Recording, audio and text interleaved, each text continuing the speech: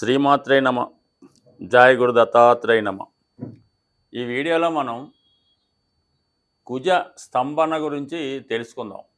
ముఖ్యంగా అక్టోబర్ 20వ తారీఖు నుంచి జనవరి 21వ తారీఖు మధ్యలో కుజగ్రహం కర్కాటక రాశి యందు సంచరిస్తూ అదే రాశిలో సుమారుగా 93 రోజులు ప్రయాణం చేసి వక్ర గమనంలో తిరిగి మనకి జనవరి 21న వక్ర గమనంలో మిథున రాశిలోకి ప్రవేశించడం జరుగుతుంది.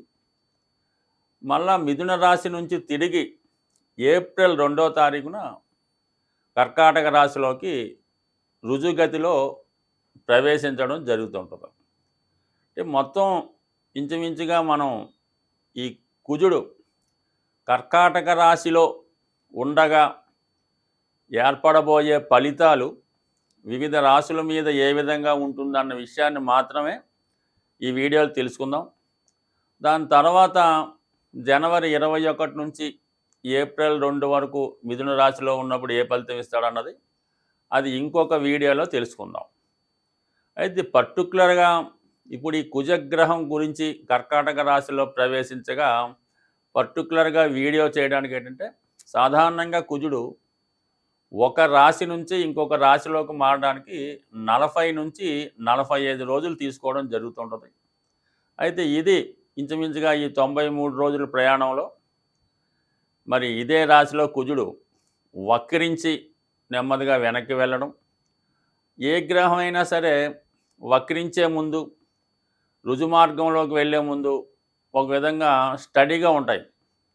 అయితే కుజుడు ప్రత్యేకంగా కొన్ని రోజులు ఏమాత్రం మూమెంట్ లేకుండా ఒకే పాయింట్లో కొన్నాళ్ళ పాటు ఉండడం జరుగుతుంటుంది. సో ఎక్కువ రోజులు ఒకే రాశిలో ఉండడం కూడా ఒక విధంగా కుజ స్తంభన అని చెప్తూ ఉంటారు. ఇదంతా కూడా ఆర్థిక మ్యాథమెటికల్ సంబంధించినటువంటి పాయింట్. కేవలం మన జ్యోతిష్ శాస్త్ర ప్రకారం కుజుడు అక్టోబర్ 20వ తారీఖున పునర్వసు 4వ పాదంలో ప్రవేశించి డిసెంబర్ 6, 7 తారీఖులో వక్రగమనం పొందడం జరుగుతుంది. ఇది ఇంపార్టెంట్. అంటే డిసెంబర్ 6వ తారీఖున కుజుడు వక్రగమనంలోకి వెళ్తాడు. ఆ వక్రగమనంలోకి వెళ్తూ మళ్ళీ నెమ్మదిగా ఈ పుష్యమి పునర్వసు 4వ ఇలా వెనక్కి వెళ్తూ తిరిగి జనవరి 21 నాటికి మిథున రాశిలోకి ప్రవేశిస్తాడు. మరి ఈ కర్కాటక రాశిలో ఉన్న 93 రోజుల్లో మరి కుజుడు ఎటువంటి ఫలితాలు ఇవ్వడం జరుగుతుంది అని పరిశీలించినప్పుడు కర్కాటక రాశికి ఒక ప్రత్యేకత ఉంటుంది. ఇది కుజునికి నీచ క్షేత్రం. అంటే కుజుడు ఆ రాశిలో నీచపడి ఉంటాడంటే ఒక విధంగా బలహీనపడి ఉంటాడు. సో దాంతోపాటుగా మరి ఈ కుజుడికి మెయిన్ మనకున్నటువంటి సుపీరియర్ ప్లానెట్స్లో అంటే మనకి భూమికి దగ్గరగా ప్రయాణించే గ్రహం ఇంచుమించుగా కుజగ్రహం. దానికి బాగా వెనకాదల గురుగ్రహం, దానికి వెనకాల బాగా వెనకాల చివరిగా శనిగ్రహం ఉండడం జరుగుతూ ఉంటుంది. మరి కుజుడు భూమికి దగ్గరగా ఉండడం వల్ల మనకి భూమి మీద అంటే భూమి మీద ఉన్నటువంటి ప్రజానీకం మీద కుజుడు యొక్క ప్రభావం చాలా ఎక్కువగా ఉంటుంది. మరి అలాగే ఈ కుజునికి గురువుకి శనికి ఉన్నటువంటి సంబంధాన్ని కూడా మనకి ఈ గ్రహాల ప్రభావం ఈ మానవాళి మీద పడడం జరుగుతుంటుంది. మరి ప్రస్తుతం కుజుడు కర్కాటక రాశిలో సంచరించగా శని అష్టమ స్థానంలో సంచరించడం అన్నది అంటే ఇద్దరికీ కూడా షష్టాష్టకాలు రావడం జరిగింది. అంటే కుజుడు కర్కాటక రాశిలో ఎన్ని రోజులు ప్రయాణించినా ఎవరికి అభ్యంతరం లేదు. కానీ శనికి 6వ స్థానంలో కుజుడికి శని అష్టమ స్థానంలో ప్రయాణించడం అన్నది చాలా వరకు జాతకుల మీద ఈ ప్రభావం చూపుతుంది. అలాగే దేశం యొక్క పరిస్థితులు కూడా చాలా వరకు ఎక్కువగా ఇబ్బందికర పరిస్థితులు దేశ పరిస్థితులు కూడా చాలా వరకు ఇబ్బందికరంగా ఉండే అవకాశం ఉంది. సో ఇది ఎక్కువగా మరి ప్రజా సమస్యలు, అలాగే పోలీసు వ్యవస్థ యొక్క స్ట్రగులు, అలాగే భూములకు సంబంధించిన విషయాల్లో ఇబ్బందులు ఇవన్నీ మరి ఈ గోచార రీత్యా జరుగుతుంటాయి. అయితే గురువుకి కుజునికి అర్ధకోణ దృష్టి ఏర్పడడం వల్ల చాలా వరకు కుజుడు మరి మంచి ఫలితాలు ఇవ్వడానికి కూడా కారణం అవుతూ ఉంటుంది. సో ఏదైనా మొత్తం మీద ఈ కుజుడు సంచరిస్తున్నటువంటి ఈ 90 రోజులు 93 రోజులు సుమారుగా, అంటే పంచాంగాన్ని బట్టి మరి వాళ్ళు పంచాంగకర్తలు వేసిన లెక్కలను బట్టి కొద్దిగా అటు ఇటు మారచ్చు. మనం తీసుకున్న పంచాంగం ప్రకారం ఈ 93 రోజుల్లో వివిధ రాశుల మీద కుజగ్రహ ప్రభావం ఏ విధంగా ఉండబోతుంది అన్న విషయాన్ని తెలుసుకుంటూ, చివరిగా మరి కుజగ్రహానికి ప్రస్తుతం జరుగుతున్నటువంటి సమస్యలకి ఏ విధమైన పరిహారం చేయాలన్నది కూడా ఈ వీడియో చివరిలో తెలుసుకునే ప్రయత్నం చేద్దాం. మకర రాశి వారికి రాబోయే కుజ స్తంభన, వక్రగమనం ఇవన్నీ కూడా సప్తమ స్థానంలో రావడం జరుగుతూ ఉంది. ఏదైనా సప్తమ భావం అన్నది జీవితంలో ముఖ్యమైనటువంటి భావం. అది వివాహానికి సంబంధించింది, అలాగే ఎఫైర్స్ సంబంధించింది. ఈ విధంగా దశమ భావం నుంచి దశమ భావం సప్తమ భావం అవుతుందన్నమాట. దానివల్ల ఏంటంటే మరి చాలామందికి తెలిసే ఉంటుంది, దశమ భావం బాగుంది, ఉద్యోగం బాగుంది అంటే దశమ భావం బాగున్నట్టు. అప్పుడు ఆటోమేటిక్గా సప్తమ భావం బాగుంటుంది, అంటే వివాహం బాగుంటుంది, భార్యాభర్తల సంబంధం బాగుంటాయి, అలాగే జాతకుడి యొక్క అఫైర్స్ బాగుంటాయి. అదే దశమ భావం పోయింది, సరిగ్గా ఉద్యోగం లేదు, సరైనటువంటి కర్మస్థానం బాగలేదంటే వివాహమా జరగదు. ఎంతకాలం ఎదురు చూసినా అలా వాయిదా పడుతుంటుంది. పెళ్ళి అయితే ఉద్యోగం, ఉద్యోగం అంటే పెళ్ళిలా ఉంటుంది. అయితే మరి భార్యాభర్తల బంధం కూడా ఆటోమేటిక్గా భర్తకి ఎప్పుడైతే ఉద్యోగం పోయిందో కేవలం ఒక 40 రోజులు 50 రోజుల్లో ఆ భార్య కూడా మరి విసుకోవడమో యావగించుకోవడమో వదిలి వెళ్ళిపోవడమో మొత్తం మీద జరుగుతూ ఉండదు. అంటే ఈ విధంగా జాతకుడి యొక్క వృత్తి సక్సెస్గా ఉండాలంటే సప్తమ భావమే అనుకూలంగా ఉండాలి. సప్తమ భావం బాగుంటే జాతకుడు వ్యాపారం బాగుంటుంది, ఉద్యోగం బాగుంటుంది, వివాహ జీవితం బాగుంటుంది. మరి అటువంటి సప్తమ భావంలోకి కుజుడు రావడం అన్నది మరి ఈ రాశి వారికి ఒక విధంగా అదృష్టం అనే చెప్తాను నేను. వారికి వృత్తిలో ఉన్న సమస్యలు, వివాహ జీవితంలో ఉన్నటువంటి సమస్యలు కూడా 100% సాల్వ్ అయ్యే అవకాశం ఉన్నది. మరి ముఖ్యంగా మరి వివాహ విషయంలో లేదా ఉద్యోగ విషయంలో మీరు ఏదన్నా గతంలో ఉద్యోగం కానీ వివాహం కొరకు కానీ ప్రయత్నం చేసి ఉన్నా, భార్యాభర్తల సంబంధం ఏదో కారణం వల్ల విడిపోయి ఉన్నా, తిరిగి మీరు ప్రయత్నం చేస్తే అది కలిసే అవకాశం ఉన్నది. అలాగే మరి దూరమైనటువంటి భార్యాభర్తలు తిరిగి మళ్ళా కలుసుకునే యోగం కూడా ఉంది. అంటే ఇది ఒక విధంగా విపరీత రాజయోగం లాంటిది మాట. సప్తమంలో నీచగ్రహం మరి కుజుడు ఉండడం వల్ల 100% ఇది నెగిటివ్గా ఫలితం వస్తుంది. వివాహం అన్నది తొందరగా కుదురుతుంది, వివాహ సంబంధం కుదురుతుంది, పెళ్ళి తొందరగా అవుతుంది, అలాగే సమస్యలు కూడా సాల్వ్ అవుతాయి. మరి మన టైం బాగోలేకపోతే అది నెగిటివ్గా కూడా మారచ్చు. సో ఏదైనా మరి ఈ స్పెషల్ స్టేటస్లో విపరీత రాజయోగంలో ఉన్నటువంటి కుజుడు జాతకుడు చాలా జాగ్రత్తగా వ్యవహరించవలసి ఉంటుంది. ముఖ్యంగా ఈ ఉద్యోగ వివాహ విషయాల్లో ఏమాత్రం అజాగ్రత్త వహించినా రెండు వైపులా పదునున్నటువంటి కత్తి లాంటిది ప్రస్తుతం సప్తమ స్థానంలో ఉన్నటువంటి కుజుడు. అది ఏ విధంగా అన్నా ఉపయోగపడవచ్చు కాబట్టి దాన్ని జాగ్రత్తగా వాడుకుంటే జాతకుడు 100% విజయాన్ని సాధించే అవకాశం ఉన్నది. ముఖ్యంగా భూములు, స్థిరాస్తులకు సంబంధించినటువంటి ప్రాబ్లమ్స్ ఏమైనా ఉంటే సాల్వ్ అవుతాయి. రుణ ప్రయత్నాల నుంచి బయటపడతారు.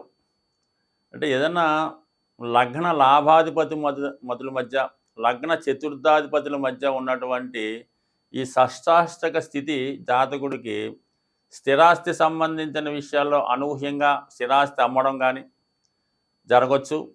అలాగే ఆర్థిక లావాదేవీల్లో మరి రుణం లభించే ప్రయత్నం కూడా లభిస్తూ ఉంటుంది. బట్ ఏదైనా మరి ఈ రాబోయే 93 రోజుల్లో ప్రతి విషయాన్ని జాతకుడు చాలా జాగ్రత్తగా వ్యవహరించవలసి ఉంటుంది.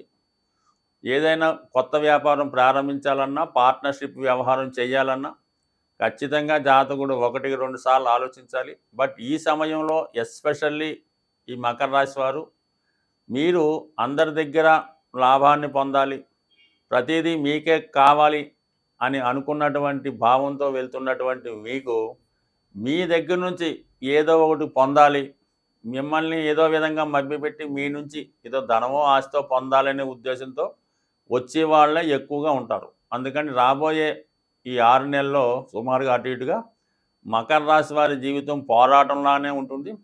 మరి ఆ పోరాటంలో గెలుస్తారా ఓడిపోతారా అన్నది మీ యొక్క చాకచక్యాన్ని బట్టి, మీ యొక్క ప్రతిభను బట్టి ఆధారపడి ఉంటుంది. ఎందుకంటే మరి ఇప్పుడున్నటువంటి ఈ కుజ గ్రహానికి శనిగ్రహం కూడా మీకు తోడవటం వల్ల ఈ 2 గ్రహాలు 6-8 స్థితి జాతకుడిని మరి ఎప్పుడూ కూడా ఒక పరీక్షలాగా ఉంటుంది.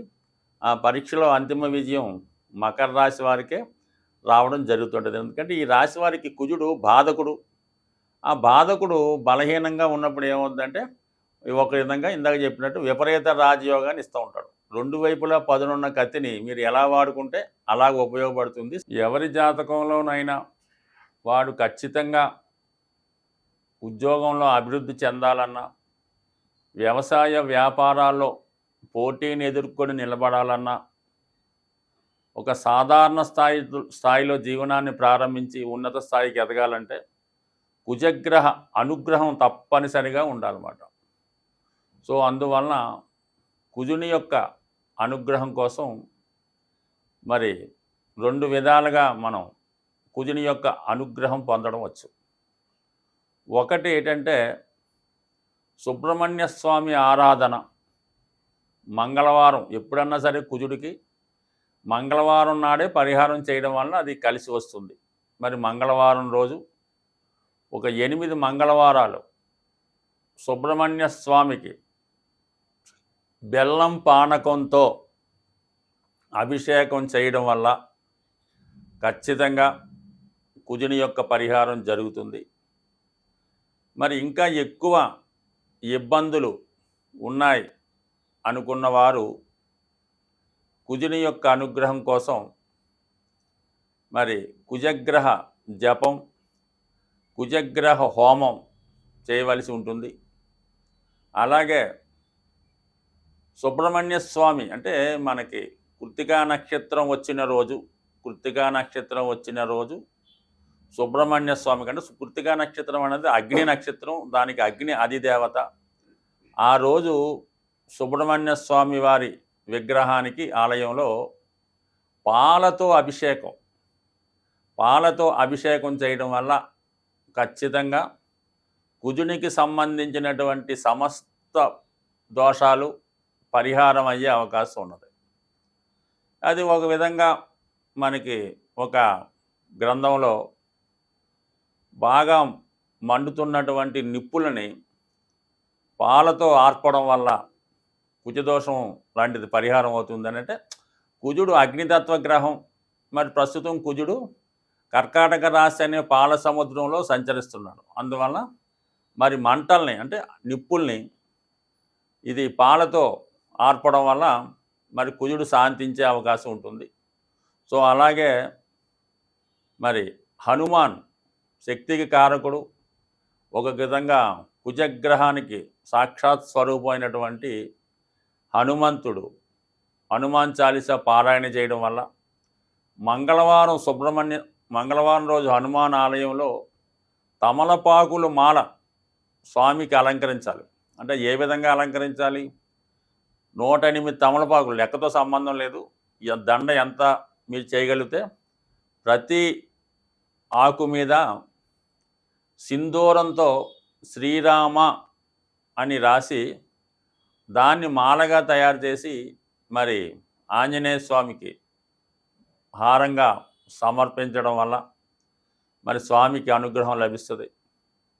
మరి ఇంకా చాలా చిట్కా రెమెడీ లాంటిది ఏంటంటే మరి చిన్ని కృష్ణుడికి అంటే కృష్ణ దేవాలయంలో కృష్ణుడికి వెన్న నైవేద్యంగా పెట్టడం వల్ల 100% కుజదోష పరిహారాలు, అంటే కుజదోష పరిహారం లేదు, కుజుడు దోషం అంటే కుజుడు పరిహారం చేసుకోవడం వల్ల కుజదోషం, అది పెళ్ళికి సంబంధించింది కుజదోషమే కాదు, ఒక జాతకుడు చెడు అలవాట్లు ఉన్నా వాడికి కుజదోషం ఉన్నట్టే, రోజు మందు తాగుతున్నాడు కుజదోషం ఉన్నట్టే, ఊరికి అందరినీ ఏడిపిస్తున్నాడు, అమ్మాయిని ఈవిటేజింగ్ చేస్తున్నాడు, చైన్ స్నాకింగ్ చేస్తున్నాడు, అది కూడా కుజదోషమే. పిక్ పాకెట్ చేస్తున్నాడు కుజదోషమే, ఇంట్లో డబ్బులు పట్టుకుపోతున్నాడు కుజదోషమే.